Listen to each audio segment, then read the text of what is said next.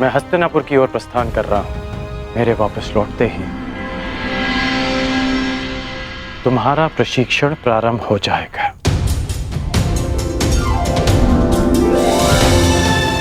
कदाचित हमारी सोच में मतभेद हो, परंतु हमारे पक्ष में कोई मतभेद नहीं। सुना है कि वासुदेव शांति दूत बनकर हस्तिनापुर आ रहे हैं,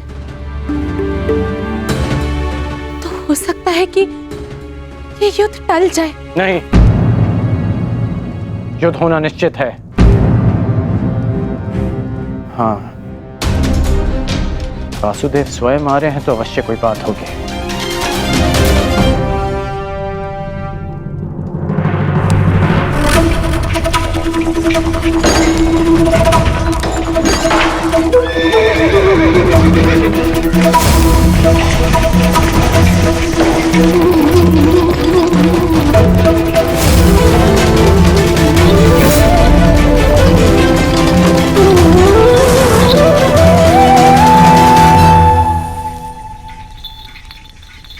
देख रहे हो दुर्योधन, ये कोई साधारण धातु नहीं है, बहुत विशेष धातु है ये, जिसका आविष्कार असुरों ने किया था देवों को बांधने के लिए। इससे सक्षम और कठोर कुछ हो ही नहीं सकता उस छलिए को बांधने के लिए। अब उसके आते इसी से उसे बंदी बना लेंगे।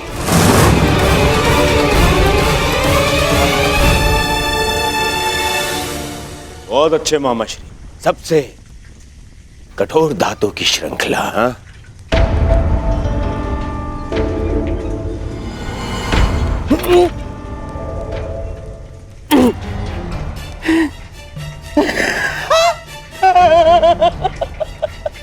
देखो, मैंने कहा था ना तुमसे। परंतु मैं ये देखना चाहता हूं कि ये कितनी कठोर है। तो कर लो प्रयास। दासों, मामा श्री को इसमें बांध दो। ये क्या कह रहे हो तुम?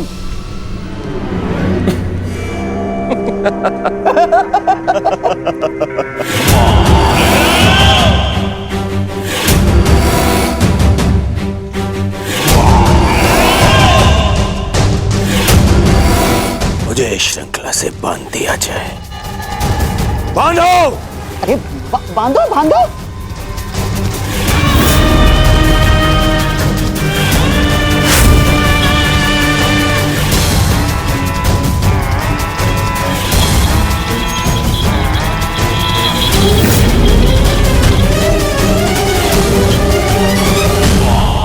अब देखते हैं ये श्रृंखला कितनी सक्षम है।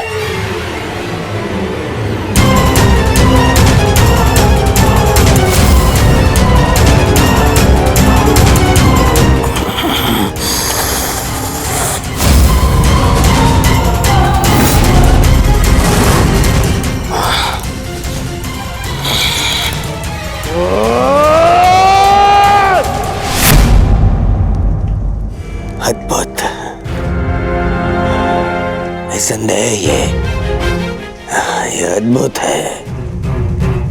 अब हुआ पूर्ण प्रबंध उस वासुदेव के स्वागत का।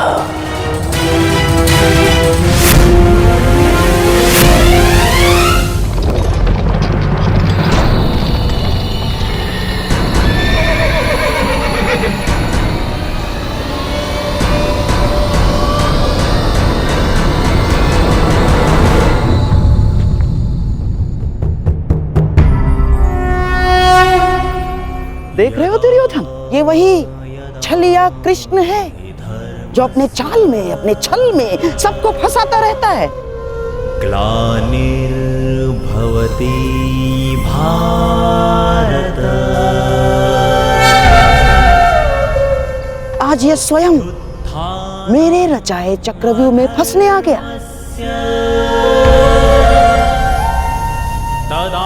इसे ज्ञात नहीं है कि आज ये इस प्रासाद से बाहर निकल ही नहीं पाएगा।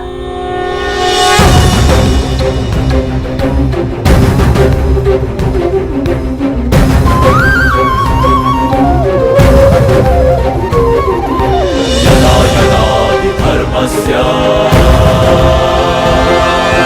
ग्लानिर्भवति भारत तदुत्थानमधर्मस्य तदात्मानं सृजाम्यहम्।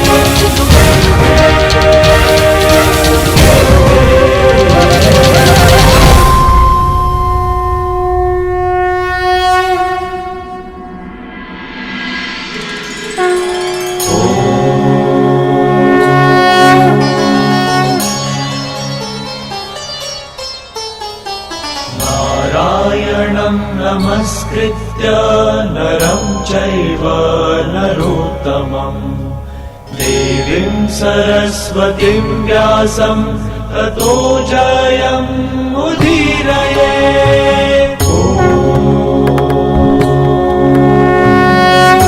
प्रणिपात हस्तिनापुर नरेश। कल्याण हो वासुदेव। प्रणिपात गंगापुत्र। कल्याण हो वासुदेव।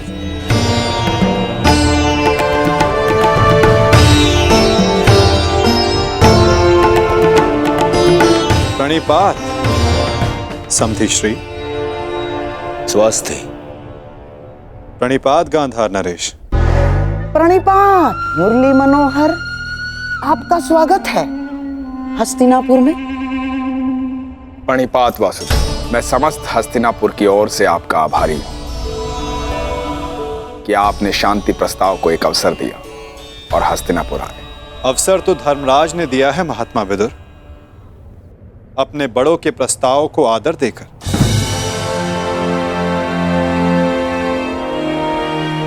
मैं तो बस उनका संदेश यहां लाया हूं। वासुदेव, संदेश अपने स्थान पर है। मुझे तो आपको हस्तिनापुर में देखकर ही प्रसन्नता हो रही है। मुझे ज्ञात है युवराज, और आशा भी, कि आपने मेरे स्वागत की सारी तैयारियां पूर्ण कर ली होगी।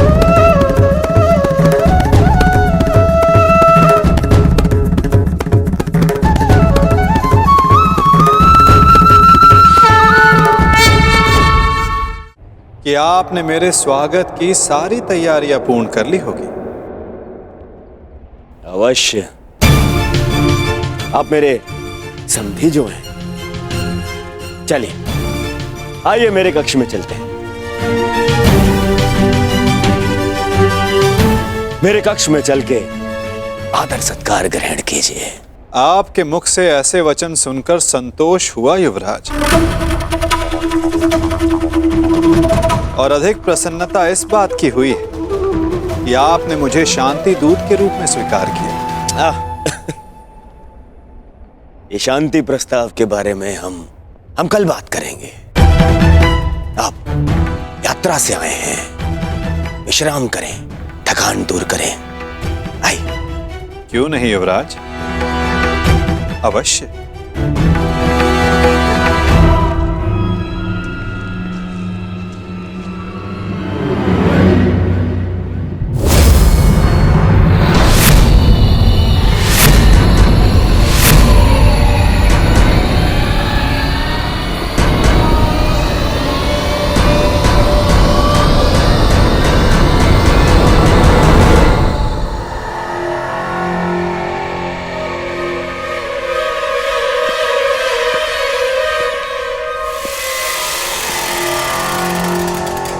क्या हुआ वासुदेव, आप ठहर क्यों गए?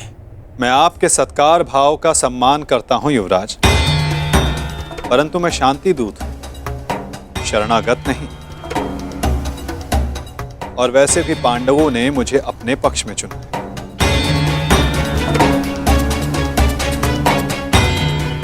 और नीति अनुसार एक दूत आतिथ्य तब तक ग्रहण नहीं कर सकता जब तक उसका कार्य पूर्ण ना हो जाए।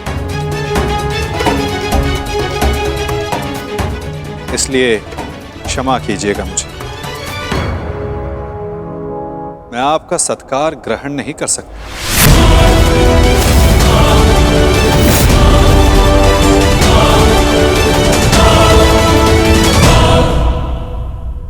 परंतु फिर आप कहां ठहरेंगे? आप उसकी चिंता ना करें युवराज, मेरे पास अपनी व्यवस्थाएं हैं। आइए भी ना वासुदेव, आप हमारे यहाँ पधारे, हम धन्य हुए। हमारे यहाँ आकर हमें कृतार्थ करें। हमने आपकी ऐसी व्यवस्था की है, ऐसी व्यवस्था की है वासुदेव कि आप हस्तिनापुर छोड़कर कहीं जाएंगे ही नहीं। ऐसा कुछ नहीं जो सदा रहे, और ऐसा कुछ नहीं जो सदा ना रहे।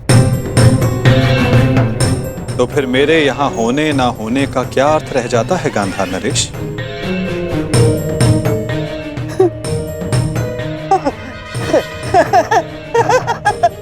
वासुदेव, आपके कहने का तात्पर्य कुछ पकड़ में नहीं आया। यदि सागर में अपना हाथ डालोगे तो ऐसा अनुभव होगा कि संपूर्ण सागर तुम्हारा है गांधार राज। और यदि उसी सागर को मुट्ठी में बंद करने का प्रयास करोगे तो कुछ नहीं पाओगे। हाँ, यह अवश्य हो सकता है कि उसमें डूब जाए। प्रणिपात।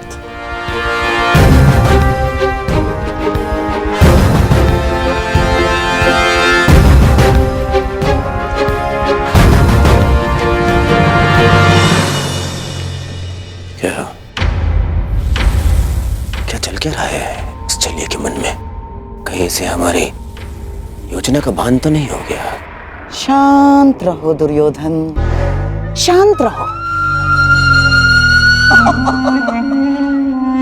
आज नहीं आया तो क्या हुआ, कल तो इसे सभा में आना ही होगा, और ये आएगा। क्यों? शांति दूत है, इसे अवश्य आना होगा, और फिर हमारी योजना सफल। वासुदेव, आपका आतिथ्य बनने का सौभाग्य मिला, मेरे लिए सम्मान की बात है। आशा करता हूं ज्येष्ठ पांडु पुत्रों की ओर से कोई सकारात्मक संदेश लाए होंगे।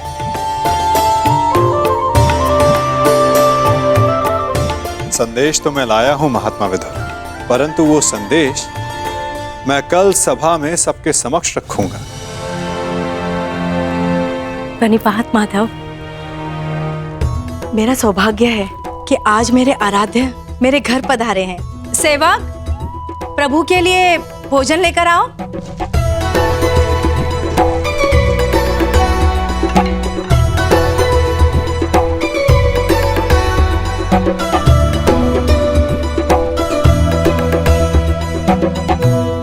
भोग लगाइए प्रभु।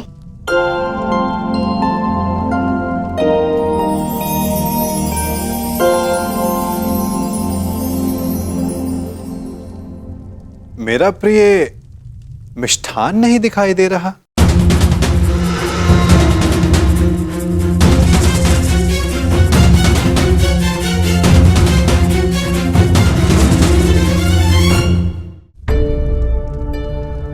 जानती हूँ आपको मिष्ठान बहुत प्रिय है वासुदेव, परंतु जब से कुलवधू का राजसभा में अपमान हुआ, हमने मिष्ठान त्याग दिया। हाँ वासुदेव, उसी दिन कुरुकुल के पतन का प्रारब्ध लिखा जा चुका था। जिसके कुल का नाश हो रहा हो वो विलाप करता, मिष्ठान कैसे खा सकता है? उसी दिन से हम ये साधारण भोजन ग्रहण करते। ये विनाश एक नए आर्यव्रत को जन्म देगा महात्मा। जब अन्याय से न्याय के त्राण के लिए रणभेरी बजे तो वो अवसर शुभ ही होता है, और शुभ अवसर पर मिष्ठान आवश्यक है। और मैं यहां भोजन पर निमंत्रित हूं। अपना प्रिय मिष्ठान खाए बिना यहां से जाने वाला नहीं मैं।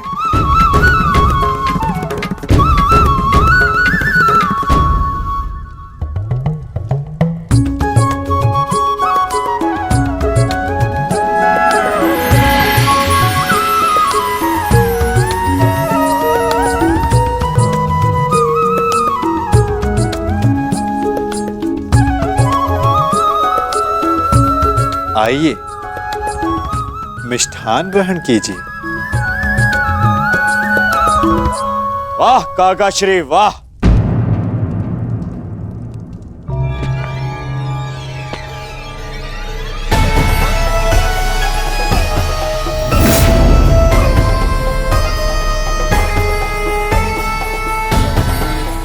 छप्पन भोग का आनंद लिया जा रहा है। आओ पुत्र दुर्योधन, तुम भी मिष्ठान ग्रहण करो। मिष्ठान नहीं, वो क्या है ना काकाश्री, मेरे मन में जो कड़वाहट भर दी है आपने,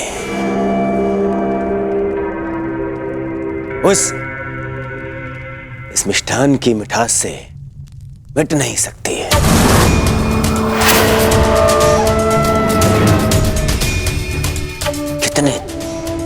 कितने दोगले हैं आप। मन में कुछ और रखते हैं और वाणी में कुछ और। तुम क्या कह रहे हो? मैं समझ नहीं पा रहा हूं। परंतु मुझे समझ में आ रहा है। मैं समझ गया हूं कि आप इतने वर्षों से क्या करना चाहते हैं। आप मुझे नीचा दिखाना चाहते हैं।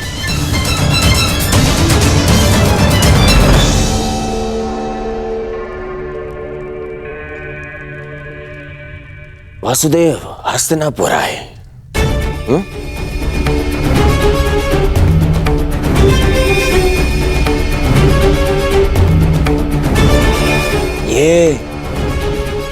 ये मेरे संबंधी हैं।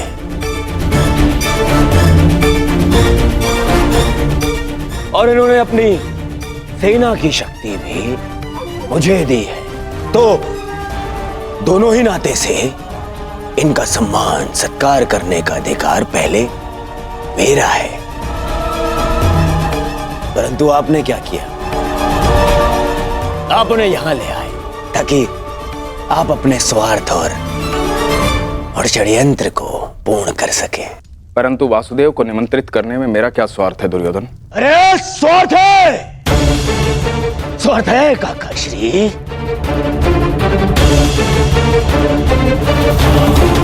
राज्यसभा में प्रस्थान से पूर्व आपने यहां इसलिए लाए ताकि आप अपने वो प्रिय पांडवों के पक्ष में इन्हें उकसा सके।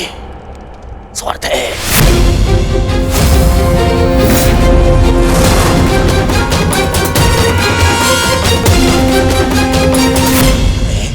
प्रस्थान से पूर्व आपने यहां इसलिए लाए ताकि आप अपने वो प्रिय पांडवों के पक्ष में इन्हें उकसा सके। शांत रहो दुर्योधन। हस्तिनापुर के महामंत्री है ये, और एक महामंत्री के समक्ष तुम इस भांति बात नहीं कर सकते। मूर्खता मत करो। नहीं मामाश्री, नहीं, आज मुझे बोलने दीजिए। इन्होंने आज तक केवल पांडवों का साथ दिया और मेरा विरोध किया। दुर्योधन, अपनी वाणी पर संयम रखो। ये मत भूलो कि महात्मा विदुर ना केवल तुम्हारे महामंत्री हैं, परंतु तुम्हारे काका श्री भी हैं। काका श्री होते तो मेरा समर्थन करते, उन पांडवों का नहीं।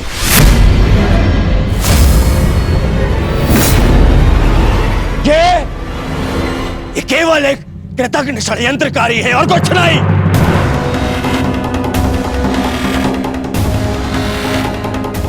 इन्होंने कभी हमारे हित की बात नहीं करी। ना ये तब चाहते थे कि मेरे पिता राजा बने, और ना ये आप चाहते हैं कि मैं सिंहासन पर बैठूं। बहुत बुरी बात है काका श्री, हमारा अन्न खाके उन पांडवों का पक्ष लेते हैं आप। भाग्य है कि ये मेरे पिता के आधे भाई हैं, अन्यथा राजद्रोही घोषित करके इस दासी पुत्र को दंड देता मैं। दुर्योधन!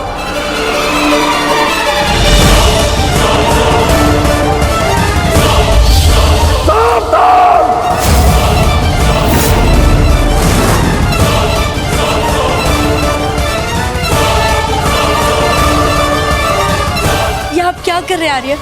आप तो शांत रहिए। बालक नहीं है ये, जो इसके हर अपराध को बालक समझकर क्षमा कर दूं। इसे स्मरण होना चाहिए कि मैंने शस्त्र शिक्षा तात श्री भीष्म से ली है। इसने मेरी निष्ठा पर प्रश्न किया। आज जिस प्रकार के शब्दों का प्रयोग इसने किया है, इसे हस्तिनापुर से निष्कासित कर देना चाहिए। निष्कासित तो मुझे आपको कर देना चाहिए। अपनी सीमा का उल्लंघन मत कर दुर्योधन।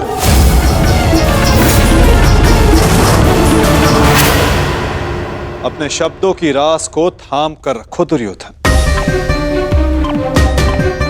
ये मत भूलो कि महात्मा विदुर हस्तिनापुर के महामंत्री और हस्तिनापुर के रणनीतिकार भी। इस समय तुम्हें उनके समर्थन, उनकी सहायता की अत्यधिक आवश्यकता है। बस! ऐसे सैकड़ों महामंत्री मेरे चरण धोते हैं। मुझे इस युद्ध को जीतने के लिए एक दासी पुत्र के समर्थन की आवश्यकता नहीं है। दुर्योधन!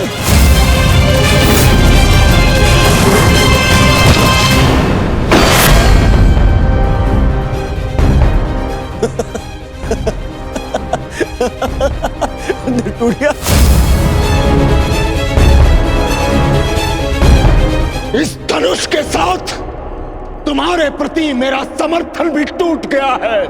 अब ना तो तुम मेरे शस्त्र उपयोग कर पाओगे और ना ही मेरी नीति। मैं स्वयं अपनी बुद्धि और शक्ति को इस युद्ध से अलग करता हूं।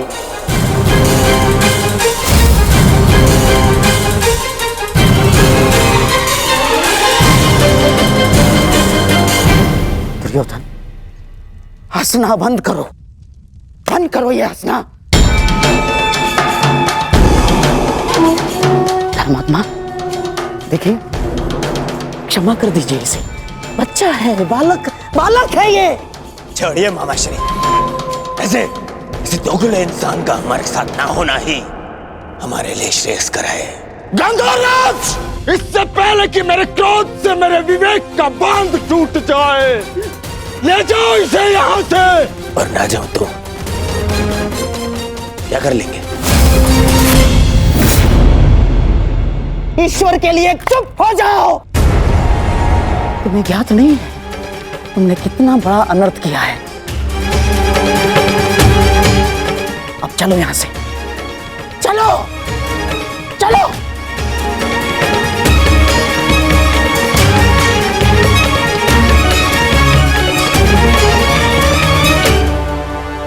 धनुष ना टूटता तो मेरा बाण छूट जाता। मेरे भ्राता धृतराष्ट्र को पुत्र हानि होती।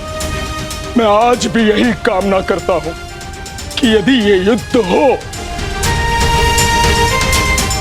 तो मेरे भ्राता धृतराष्ट्र के पुत्र और मेरे ज्येष्ठ भ्राता पांडु के पुत्र सुरक्षित रहे।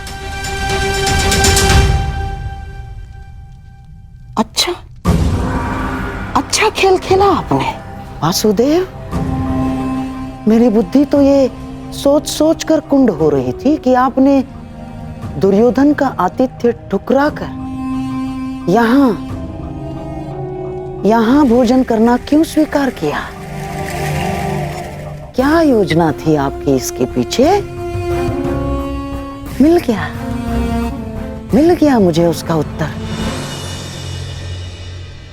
गांधार राज, मैं यहां आया, ये मेरा चुनाव था। दुर्योधन ने जो व्यवहार यहां किया वो उसका चुनाव था, और अब महात्मा विदुर इस युद्ध से अलग हुए हैं तो ये इनका चुनाव है। अपना चुनाव करने का अधिकार हर मनुष्य को है गांधार राज, और उस चयन का प्रतिफल चुका उसकी विवशता।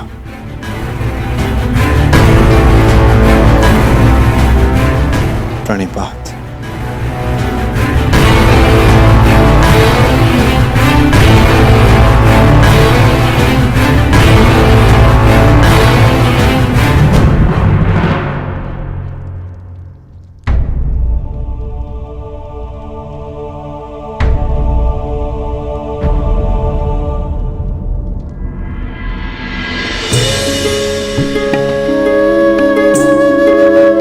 कान्हा, तुम यहाँ?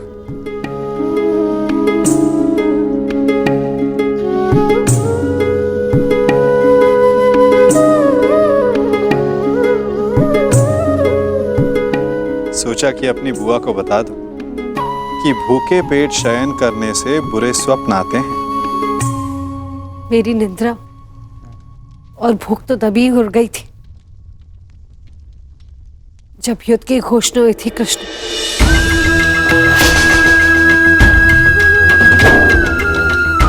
जिस माता के पुत्रों का जीवन दांव पे लगा हो,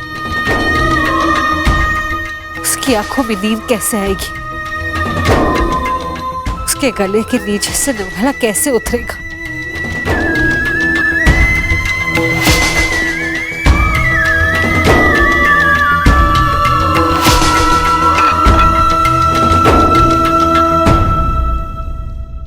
बुआ, बैठो। मैं तो यहां इसलिए आया था कि अपनी बुआ के साथ भोजन का आनंद उठा सकूं, परंतु मेरी बुआ इतनी व्याकुल, इतनी निराश है। यदि आपको मुझ पर विश्वास है कि मैं आपके पुत्रों की रक्षा करने में सक्षम हूं, तो क्या आप फिर भी भोजन नहीं करेंगी? तुम्हारी बात कोई चाह के भी कैसे टाल सकता है? तो फिर पहले आप भोजन कीजिए।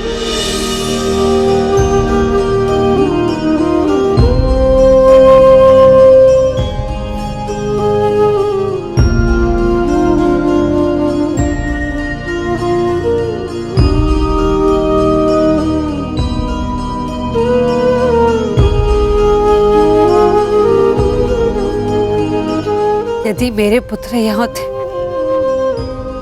तो वो भी मुझे ऐसे ही भोजन करवाते।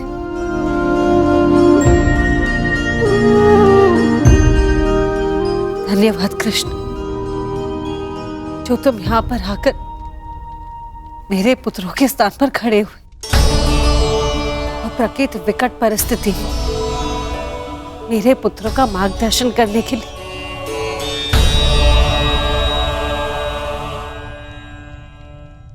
इसमें कोई संदेह नहीं बुआ कि परिस्थिति बहुत विकट है, परंतु जो इस बात को समझ सकता है उसे इस परिस्थिति को टालने की, इस युद्ध को रोकने के लिए प्रयत्न करना चाहिए। मैं भी कर रहा हूं, आप भी कीजिए।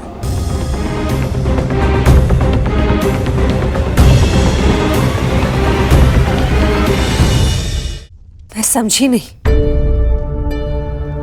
मैं क्या कर सकती हूँ?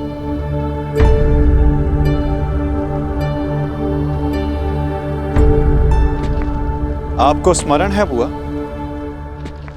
जब मैं यहां विभाजन के समय आया था तो मैंने आपको एक कार्य करने से रोका था। अभी उचित समय नहीं है बुआ, सत्य सम्मुख आएगा बुआ, परंतु उचित समय उचित स्थान पर। तुम ये कहना चाह रहे हो कि मैं उसे... बुआ, कुछ करने को कहने वाला मैं कौन होता हूं? मैं तो बस इस परिस्थिति की गंभीरता को देख रहा हूं। शांति दूत बनकर आया हूं। प्रयास करूंगा कि इस युद्ध को रोक सकूं, परंतु प्रतीत ये होता है कि इस युद्ध को टाला नहीं जा सकता।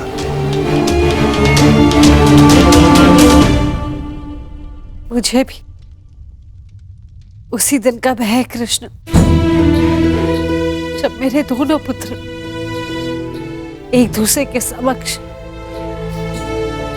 अस्त्र दान कर एक दूसरे का रथ मारने के लिए प्रस्तुत होंगे, परंतु इसे रोका कैसे जा सकता है? संदेह तो है बुआ, परंतु यदि आपके 6 पुत्र एक ही पक्ष में हो तो कदाचित युद्ध का प्रश्न ही ना उठे।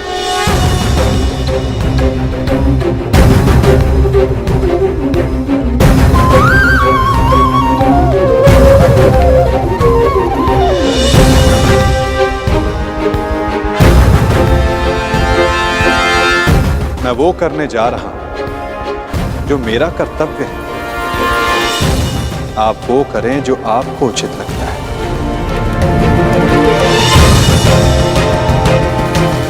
आज्ञा दें। प्रणिपात।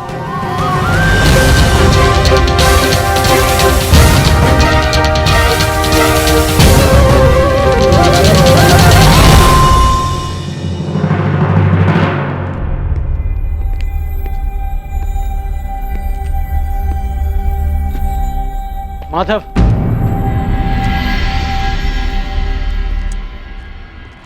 मित्र,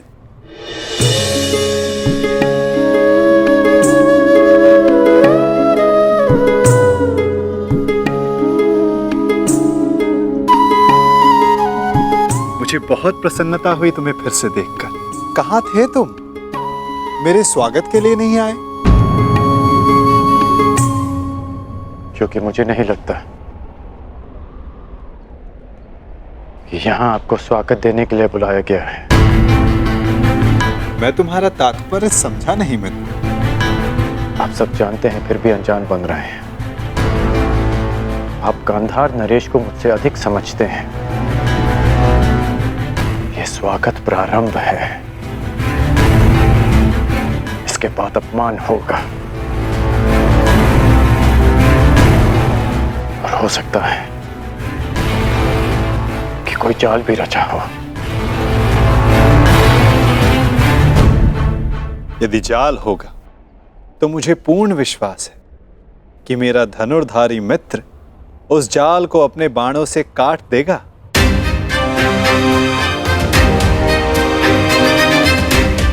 यदि मैं ऐसा नहीं कर पाया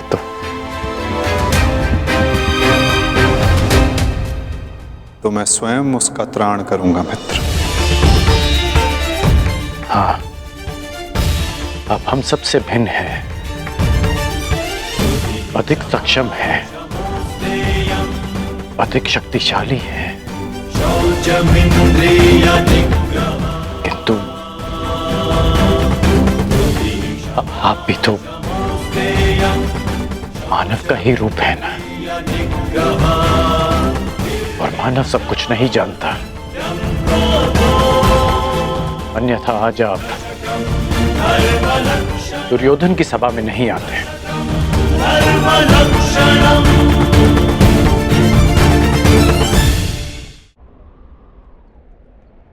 तुमने सत्य कहा मित्र। मानव सब कुछ कहां जानता है, जैसे कि तुम। यदि तुम भी सब कुछ जानते होते तो दुर्योधन की ओर नहीं होते मित्र।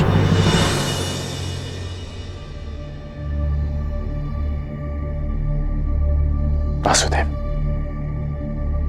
बात को समझने का प्रयास कीजिए। मैं भावी संकट की बात कर रहा हूं।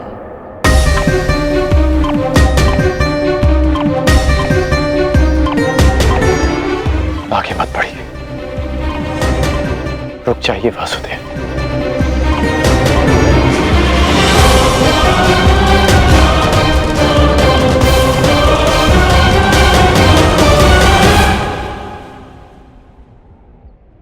मित्र, तुम चिंता ना करो। यदि मैं हर उस स्थान पर रुक जाता जहां संकट संभव था, तो मेरे जन्म लेने के पश्चात मैं बंदी गृह में नहीं रुक जाता मित्र। मामा कंस के बुलाने पर मथुरा नहीं जाता। मामाओं से निपटने का मेरा बड़ा अनुभव रहा है मित्र। मैं जानता हूं कि भीतर क्या होने वाला।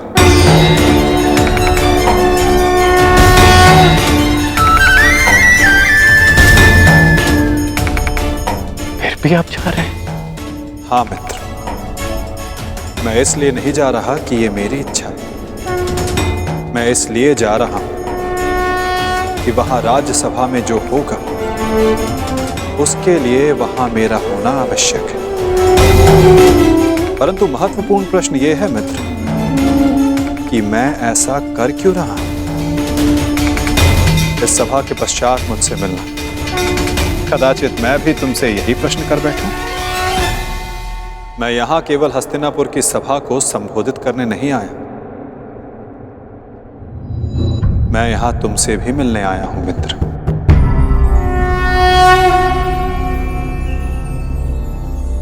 तुम सदा मुझसे यही प्रश्न करते आए हो कि मैं इस पक्ष में क्यों, मेरा मत क्या है। क्या मैं ही कर्ता धर्ता हूं या केवल दृष्ट? क्या मैं ही कार्य साधता हूं या कार्य का साक्षी मात्र? मेरे साथ आओ मित्र, तुम्हें इन सब प्रश्नों का उत्तर मिल जाएगा।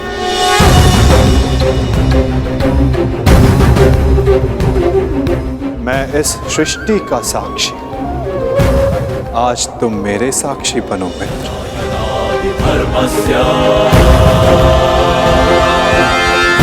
भवति भारत धर्मस्य तदात्मानं सृजाम्यहम् अहिंसाय साधुनां विनाशाय च दुष्कृताम्।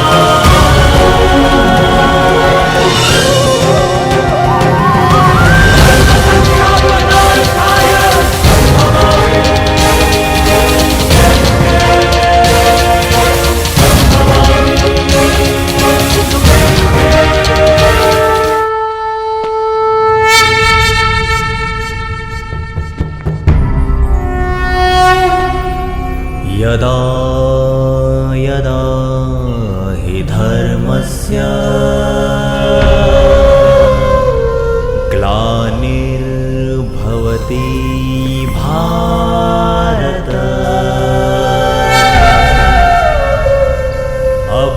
अभ्युत्थानम् अधर्मस्य तदात्मानं सृजाम्यहम्।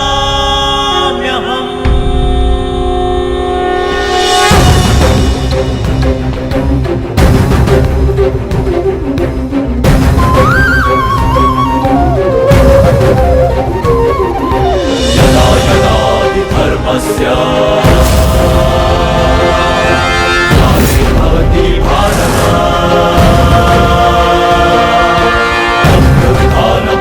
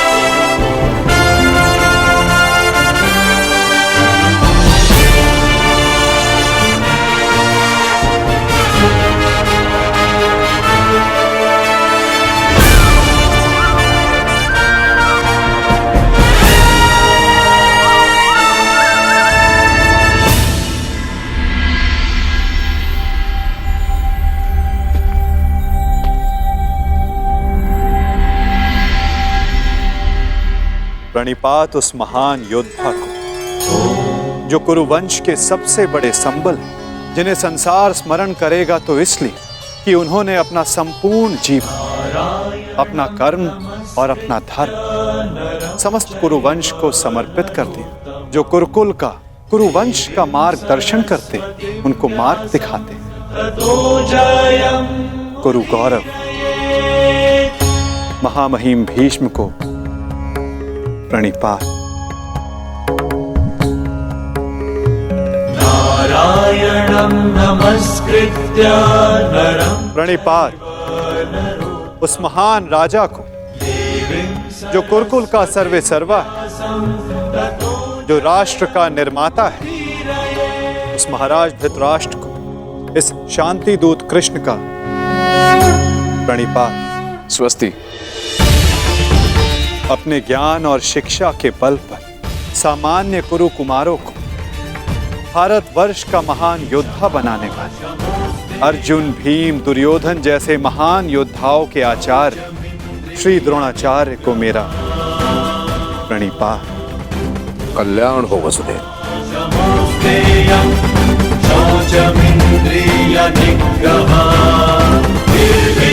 प्रणिपात उस महान हस्ती को जो अपने लक्ष्य संधान में प्रवीण है, जिन्होंने अपनी बहन के पुत्रों के लिए अपना राज्य त्याग किया, जो अपनी तीव्र बुद्धि और नीति से कुरु कुमारों का मार्गदर्शन करते हैं, उस गांधार नरेश को प्रणिपात।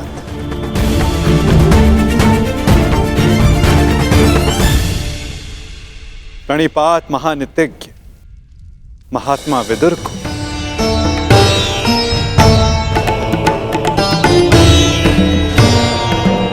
प्रणिपात उन समस्त जनों को जो सभा में उपस्थित हैं, जो शांति के समर्थक हैं। प्रणिपात का अर्थ है अपना शीश झुकाना। हम सब अपनी संतानों को उन सब के समक्ष शीश झुकाना सिखाते हैं जिन्होंने अपने जीवन में महान कार्य किए, परंतु मैं आप सबके समक्ष प्रणिपात इसलिए नहीं कर रहा कि आप सब ने महान कार्य किए। मैं प्रणिपात इसलिए कर रहा हूं कि आप सब अब भी एक महान कार्य को संपन्न करने के लिए सक्षम हैं। वो महान कार्य जो कि एक महायुद्ध, एक महाविनाश है, उससे मुक्ति पाना, जिसके पश्चात एक महान शांति की स्थापना होगी, धर्म का उदय होगा। मुझे विश्वास है कि आप सभी कल आने वाले महाभारत के महाविनाश को देख सकते हैं, और यदि आप सब चाहें तो आर्यव्रत को इस विनाश से बचा भी सकते हैं। मुझे अधिक प्रसन्नता होगी कि आप सबके सहयोग से भारतवर्ष में होने वाले इस महाभारत से सबको बचा सकूं और मेरे यहाँ उपस्थित होने का लक्ष्य पूर्ण कर सकूं। मुझे पूर्ण विश्वास है कि आप सब में से कोई भी ये युद्ध नहीं चाहेगा।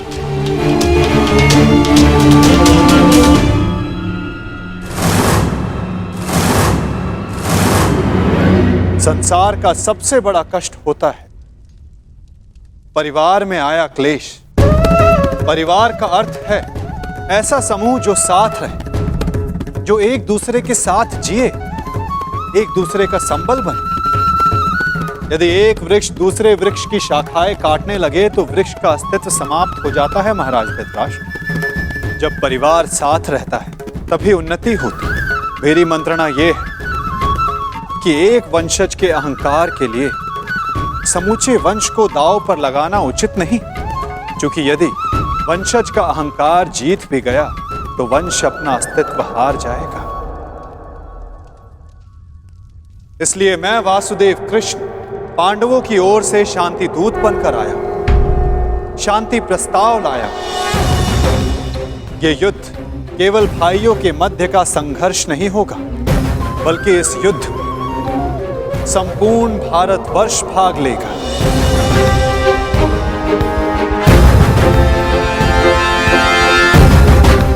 इसलिए विनाश भी सैकड़ों, सहस्त्रों और लाखों नहीं, करोड़ों में होगा।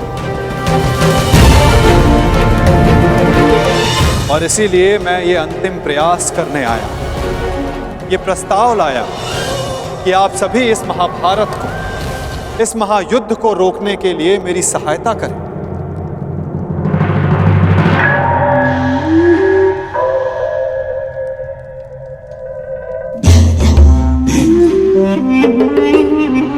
साधु साधु वासुदेव, आप तो सचमुच धन्य हैं। मुझे स्मरण नहीं होता कि कितना समय हो गया ऐसे शांतिपूर्ण वचन सुने हुए। मुझे तो ऐसा प्रतीत होता है वासुदेव कि आपके मुख से शब्द नहीं, फूल झड़ रहे हैं, फूल। मैं अभिभूत हो गया वासुदेव, और सच कहूं वासुदेव, मैं भी आपसे सहमत हूं।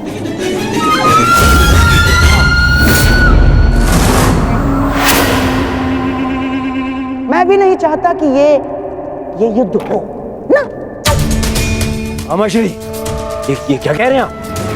हाँ दुर्योधन, वासुदेव बिल्कुल उचित कह रहे हैं।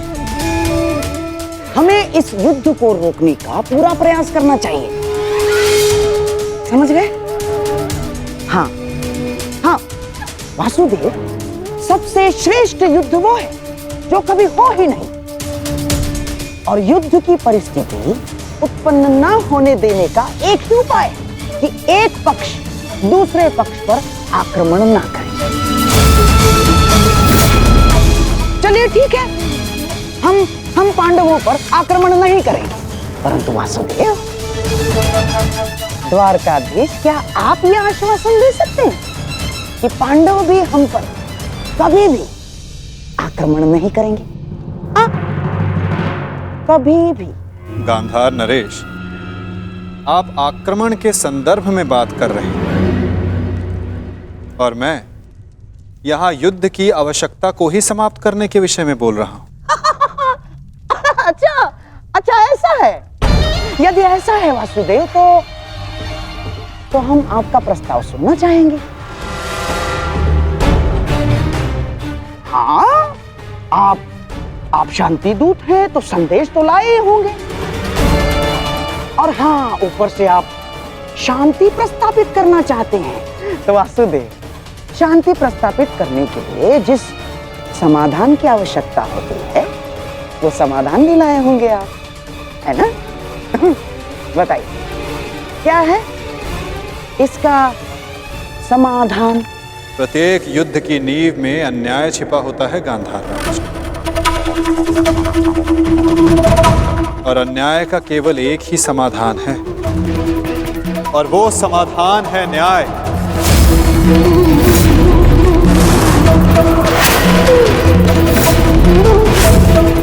वो न्याय जिस पर केवल पांडवों का अधिकार है, उनसे किए गए वचनों को ना निभाने का न्याय, उनसे किए गए वचनों को ना पूर्ण करने का न्याय। इस भरी सभा में जो अधर्म हुआ, जो अन्याय हुआ, उसके प्रति न्याय। महाराज धृतराष्ट्र, मैं यहां पांडवों की ओर से उनके साथ जो अन्याय हुआ, उसका न्याय मांगने आया। कैसा अन्याय वासुदेव? वो अन्याय जो एक धर्म सभा में एक अधर्म द्यूत माध्यम से हुआ था। वो अन्याय जो कुरुकुल के ज्येष्ठ जनों के समक्ष कुलवधू पांचाली के साथ हुआ। यदि उस अन्याय का त्राण हो तो इस महायुद्ध को रोका जा सकता है।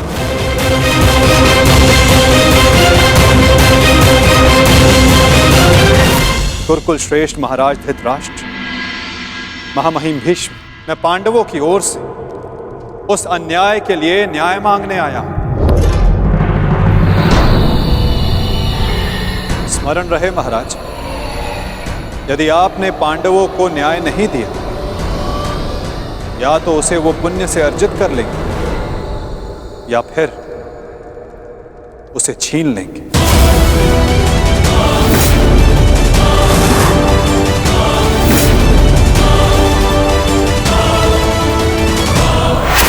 अब निर्णय आपका है। वासुदेव, आप यहाँ शांति प्रस्ताव लेकर आए हैं या हमें धमकाने आए हैं?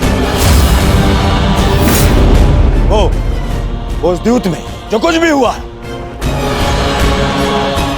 सबकी उपस्थिति में हुआ, युधिष्ठिर की इच्छा से हुआ। अरे वो हार गया, अपना राज्य हार गया, वो उसका प्रारब्ध था। छलबद्ध अन्याय को प्रारब्ध नहीं कहा जा सकता युवराज। जिस प्रकार मंदिर में किया गया पाप पुण्य नहीं बन जाता, उसी प्रकार धर्मवीरों की उपस्थिति में सभा में किया गया धर्म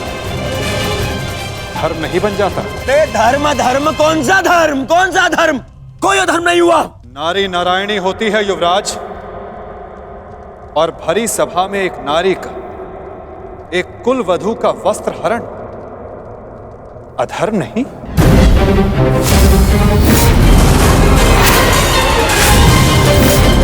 यदि तुम्हें विश्वास नहीं तो अपने ज्येष्ठों की झुकी दृष्टि से पूछो दुर्योधन।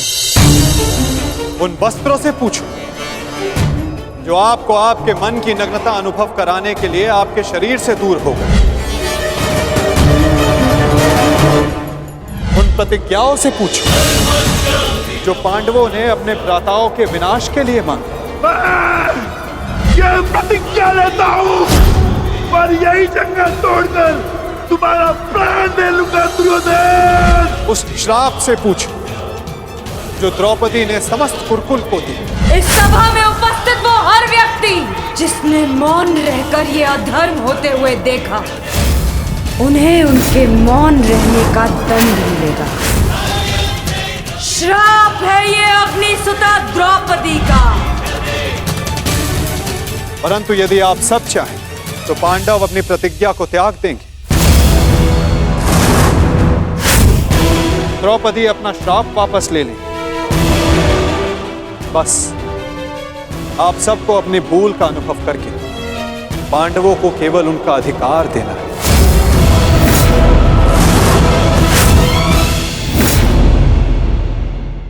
आप सबको अपनी भूल का अनुभव करके पांडवों को केवल उनका अधिकार देना है। ये कैसा न्याय है वासुदेव? संधि और शांति वार्ता में बराबर की बात होती है। एक ओर से बंधन और शर्तें नहीं लादी जाती। न्याय की मांग ना बंधन है ना शर्त है महाराज, केवल एक निवेदन है।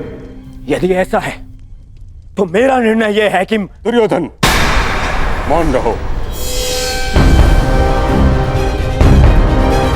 निर्णय लेना महाराज के हाथ में है, तुम्हारे नहीं।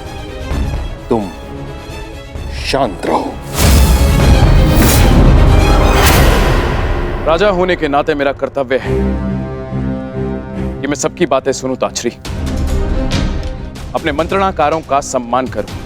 दुर्योधन युवराज है, हस्तिनापुर का भवी महाराज है, इसलिए इस संदर्भ में मैं अपने पुत्र और हस्तिनापुर के युवराज दुर्योधन को अपना निर्णय प्रस्तुत करने की अनुमति देता हूं।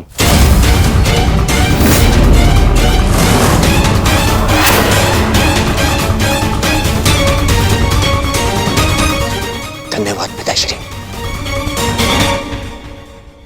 हाँ तो सुनिए वासुदेव, ऐसा है कि उस द्यूत में पांडव स्वयं अपना अधिकार हार बैठे थे।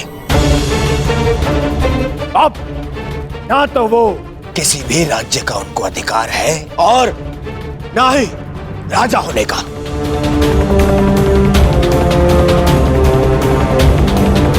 इसीलिए मैं दुर्योधन ये घोषणा करता हूं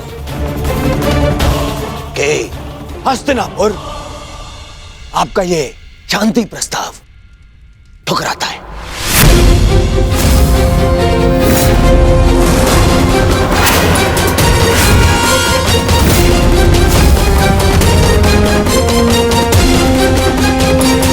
दुर्योधन, क्या तुम्हें इस बात का अनुमान भी है कि शांति प्रस्ताव ठुकराने का अर्थ है युद्ध को निमंत्रण।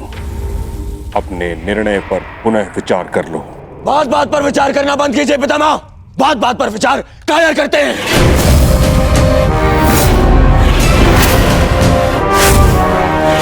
योद्धा का जन्म ही युद्ध के लिए होता है और मैं इस युद्ध के लिए प्रस्तुत हूं।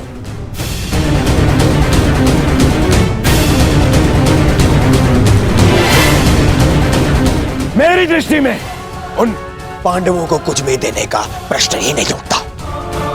बस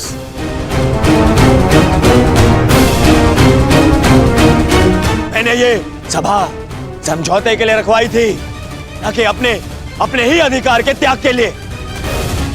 ये मेरा अंतिम निर्णय है। मैं उन पांडवों को इंद्रप्रस्थ नहीं दूंगा तो नहीं दूंगा।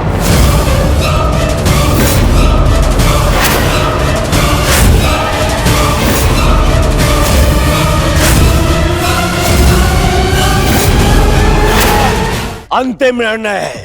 मैं उन पांडवों को इंद्रप्रस्थ नहीं दूंगा तो नहीं दूंगा।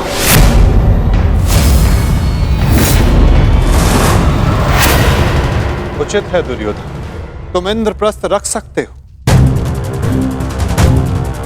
उसकी सेना भी रख लो, अस्त्र शस्त्र रख लो, लाखों गाय अश्व, उसकी प्रजा भी रख लो, कोटि कोटि धन संपत्ति, जो कुछ भी पांडवों ने अपने परिश्रम से अर्जित किया था वो सब रख लो दुर्योधन। परंतु इस अन्याय के प्रतिकार स्वरूप केवल एक कार्य कर दो। प्रतीक के रूप पांचों पांडवों को 5 गांव दे दो।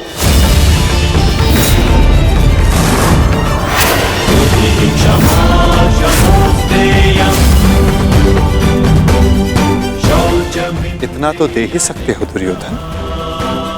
5 पांडव वहां सुख से निवास करें और कुछ नहीं चाहेंगे। इस युद्ध को टालने के लिए केवल 5 गांव देना स्वीकार है तुम्हें?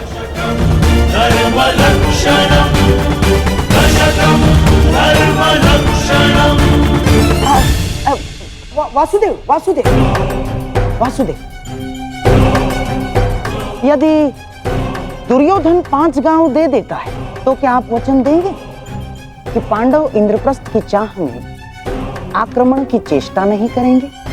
हाँ गांधार नरेश, मैं वचन देता हूं कि इस स्थिति में पांडवों की ओर से कोई आक्रमण नहीं होगा। वो हर परिस्थिति में संतुष्ट रहेंगे।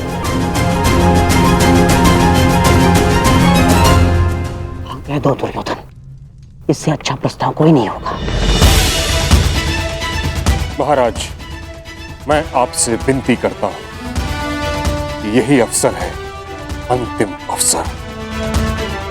आप इस प्रस्ताव को स्वीकार करके इसको यहीं रोक दीजिए। साक्षी का कहना उचित है पुत्र, हाँ कर दो, इसी में सबका हित है। मित्र, मैंने सदा इस युद्ध का पक्ष लिया है। मैंने सदा अर्जुन से अपना अधूरा द्वंद्व पूर्ण करना चाहा।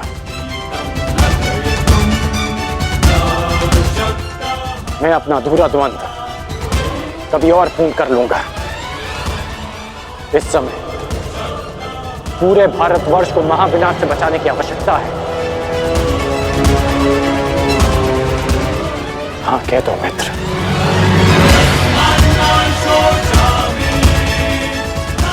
तुमने तो एक अनजान का मान रखने के लिए उसे अंगराज बना दिया, तो लाखों के प्राणों को बचाने के लिए 5 गांव दे दो मित्र। देख रहे हैं वासुदेव, मेरे मित्र अंगराज मेरे साथ है।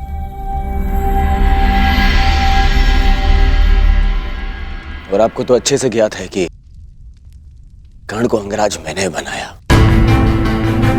उसे वो दिया है मैंने जो जो पांडव नहीं दे पाए। ना पांडव, ना पितामह। और ये मेरा वचन है, यदि मेरा मित्र मुझसे प्राण भी मांगेगा तो वो भी मैं प्रसन्नता से दे दूंगा।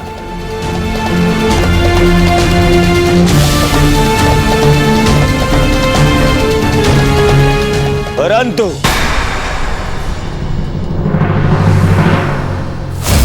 ऐसा सोचना भी मत कि मैं उन पांडवों को कुछ भी देने वाला हूं।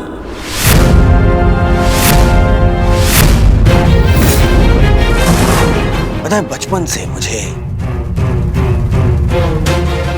यही आभास कराया गया है कि मेरा किसी भी वस्तु में कोई अधिकार नहीं, ना अपने पिता के राज्य पर, ना सिंहासन पर।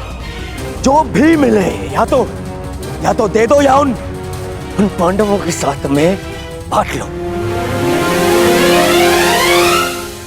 और तुम अधिकार की बात करते हो वासुदेव, तो बताओ मुझे, मेरा अधिकार उन पांडवों ने मुझे कब दिया? कब? गुरु का प्रेम, महामहिम का वात्सल्य किसी को मिला तो वो उन पांडवों को, मुझे नहीं। मेरे पिता के राजा होने पर, युवराज पद पर किसी का अधिकार था तो वो मेरा था, परंतु मुझे नहीं मिला। वो मिला उस युधिष्ठिर को। दुर्योधन की बात तर्कसम्मत है वासुदेव। युवराज राजा का पुत्र ही बनता है और यही नीति है। आप तो कभी वास्तविक राजा थे ही नहीं महाराज। आप तो आज भी हस्तिनापुर के केवल कार्यकारी नरेश। आपका राज्य अभिषेक भी नहीं हुआ। और रही बात नीति की, तो कुल वधू का वस्त्र हरण, उसका अपमान कहां की नीति है? पांडवों का पक्ष लेना बंद करो ग्वाले। मैंने उस द्रौपदी को धर्म पूर्वक द्यूत में जीतकर उसे अपनी दासी बनाया। उसका वस्त्र हरण करना मेरा अधिकार था,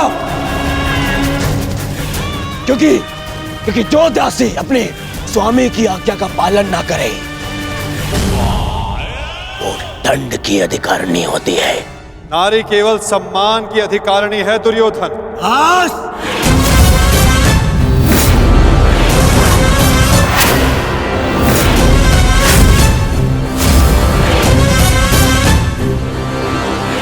दूत बनकर आए हो, अपना संदेश दे चुके हो। अब मेरा निर्णय सुनो। मैं उन पांडवों को 5 गांव तो क्या, एक सुई की नोक बराबर धरा भी नहीं दूंगा।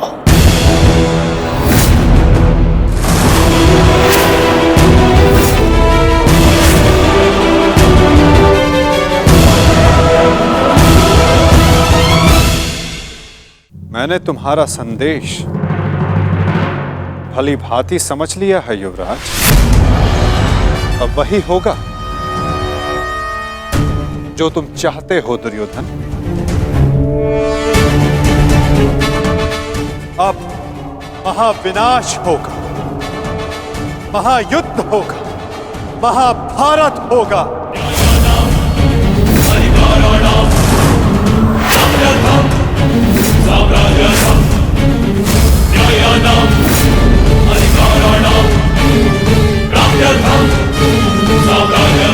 प्रणिपात।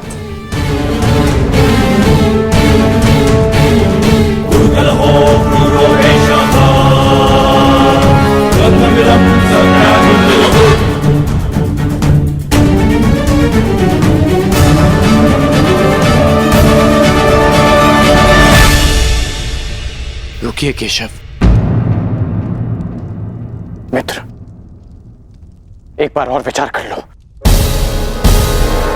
अरे मित्र, राजा बलि की कथा स्मरण है तुम्हें? वो मायावी वामन मुझसे 3 पग मांगने आया था। 3 पग भूमि, और उस 3 पग में उस वामन ने न केवल तीनों लोक नाप लिए, बल्कि उस बलि का नाश भी कर दिया।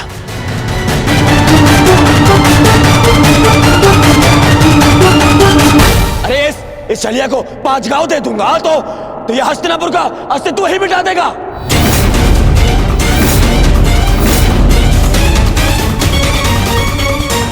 अखंडी कृष्ण, तुम्हारी मीठी मीठी बातों का प्रभाव इन पर पड़ सकता है, दुर्योधन पर नहीं। तो फिर मैं प्रस्थान करता हूं।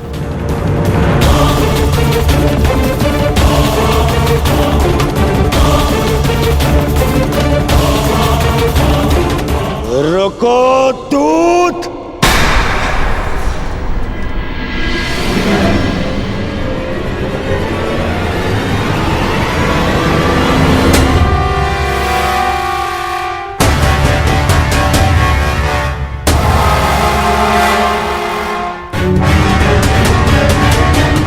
मैंने तुम्हें जाने की आज्ञा नहीं दी है अभी।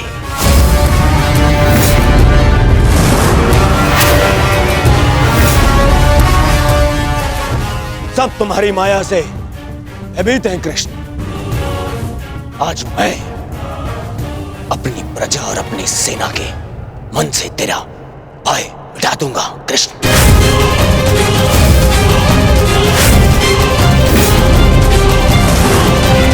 तुम हस्तिनापुर से बाहर नहीं जाओगे।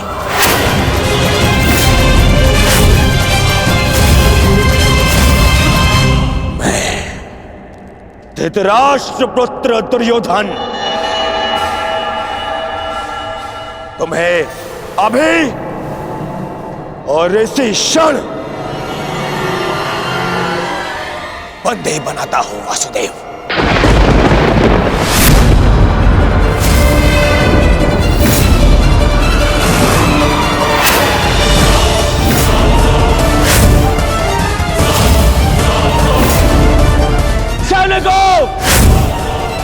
बंदी बनाओ इस छलिए को।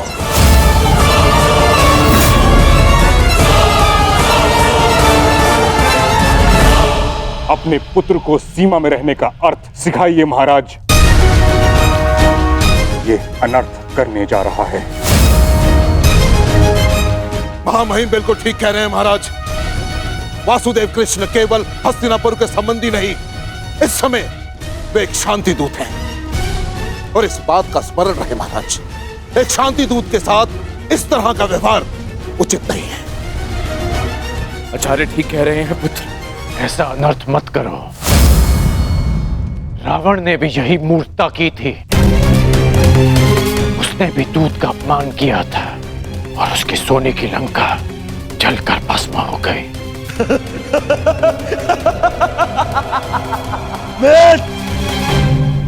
रावण मूर्ख था जो सामान्य रस्सी से हनुमान को बांधने चला था, परंतु मैंने इस विशेष दूत के लिए एक विशेष धातु की श्रृंखला बनवाई है।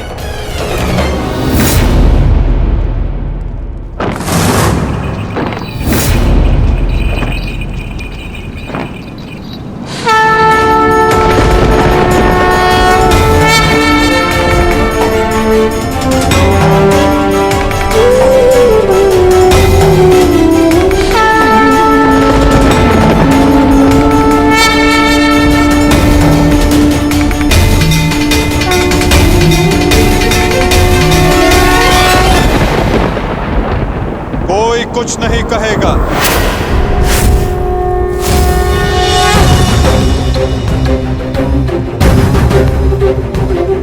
मेरा आप सबसे निवेदन है कि मेरे और दुर्योधन के मध्य में ना आए और साक्षी बने इस क्षण की। इसे भान नहीं कि ये क्या कर रहा है, जिसके जन्म के पश्चात जिसे बंदी गृह की बेड़ियां ना बांध सके, सैनिकों का पहरा ना रोक पाए, आज तुम उसे बांधने चले हो दुर्योधन। सामर्थ्य है तुम में तो बढ़ो आगे, हो सके तो साधो मुझे दुर्योधन, अपने इन श्रृंखलाओं में बांधने का प्रयास करो।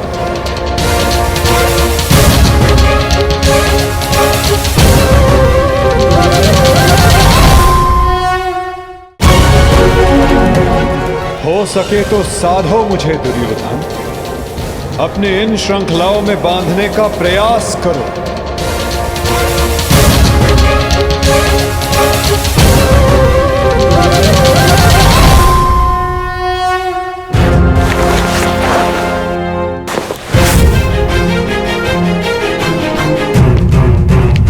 उठो उस तेरे को।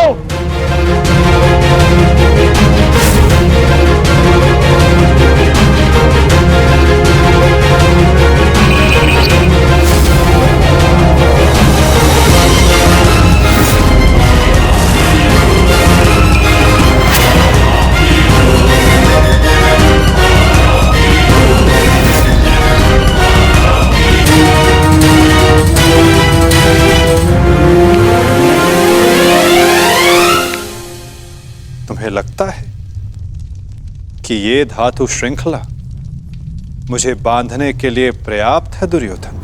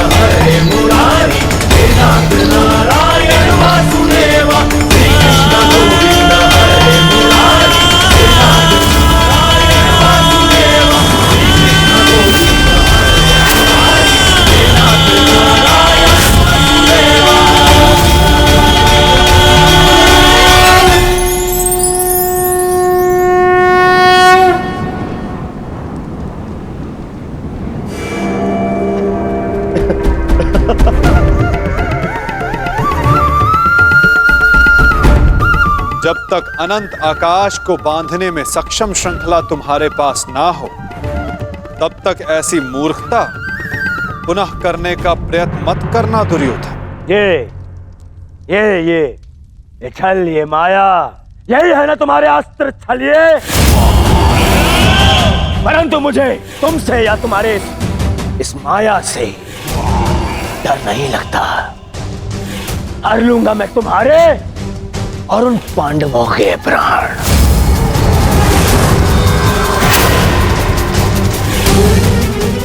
स्मरण रखना कि इस महायुद्ध में अंत करेगा तुम्हारा और उन पांडवों का यह दुर्योधन।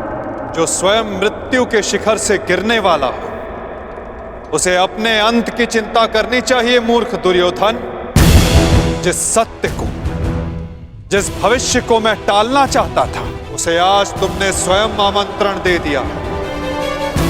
और सत्य ये कि इस महायुद्ध के अंत में तुम्हारे पापों और तुम्हारे पाप में भागीदार रहे प्रत्येक का अंत होगा। ये युद्ध अंत होगा।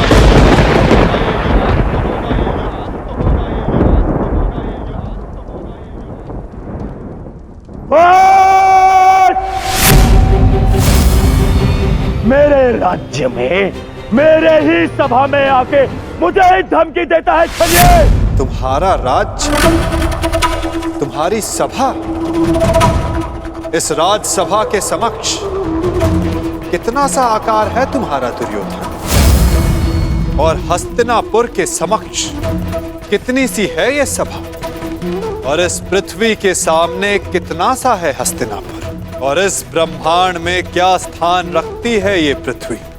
यदि मनुष्य का अभिमान और दम उसके आकार से अधिक बड़ा हो जाए तो वही मनुष्य को स्वयं अपने बोझ से मार डालता है, और तुम्हारे अंत का कारण भी यही अभिमान होगा दुर्योधन, और तुम्हारा अंत भी तुम्हारे इसी अभिमान से होगा दुर्योधन।